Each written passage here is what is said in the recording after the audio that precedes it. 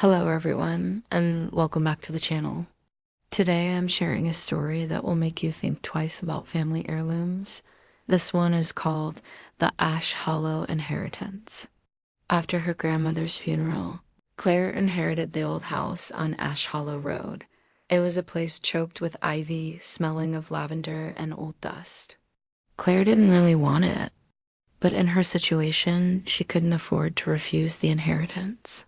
The house was mostly empty, stripped of its life, except for one looming presence, a massive antique wardrobe in the upstairs bedroom.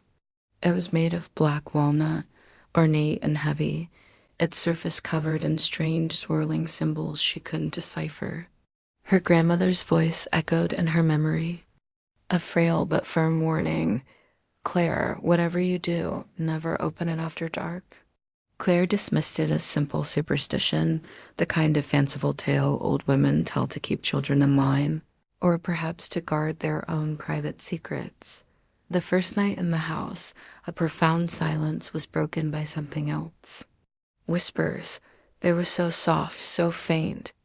It was like hearing someone speak through layers of thick fabric. Drawn by an unnerving curiosity, she crept upstairs and pressed her ear against the cold wood of the wardrobe. Silence. But as she turned to leave, a distinct creak echoed behind her. The wardrobe door was ajar, just a sliver. A chill ran down her spine.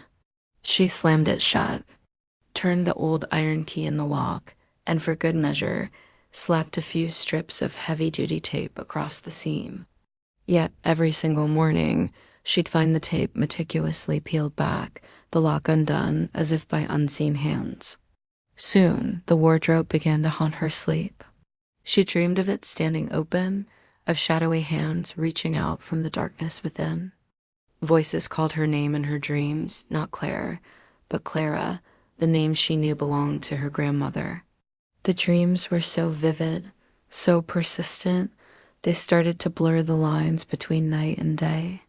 The exhaustion was setting in, and with it, a creeping dread that she couldn't shake. The house no longer felt empty. It felt like it was watching, waiting.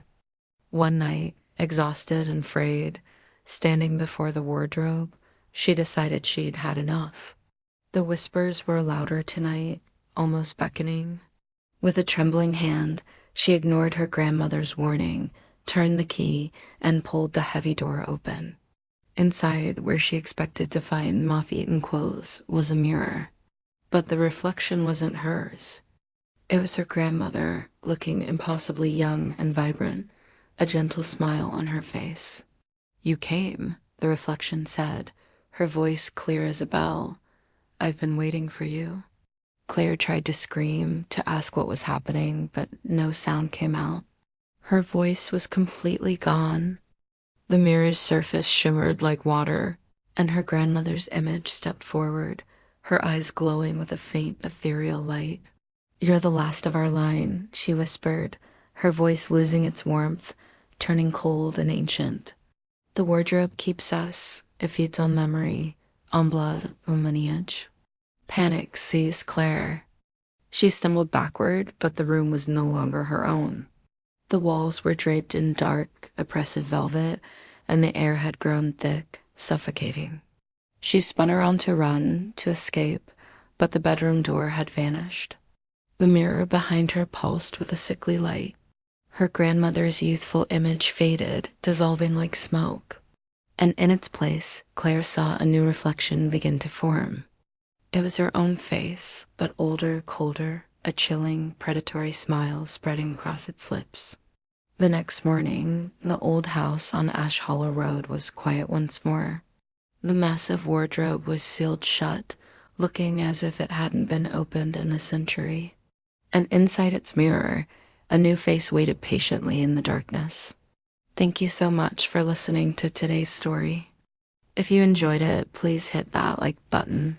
And don't forget to subscribe and turn on notifications so you don't miss the next one. Stay safe out there, and I'll see you in the next video.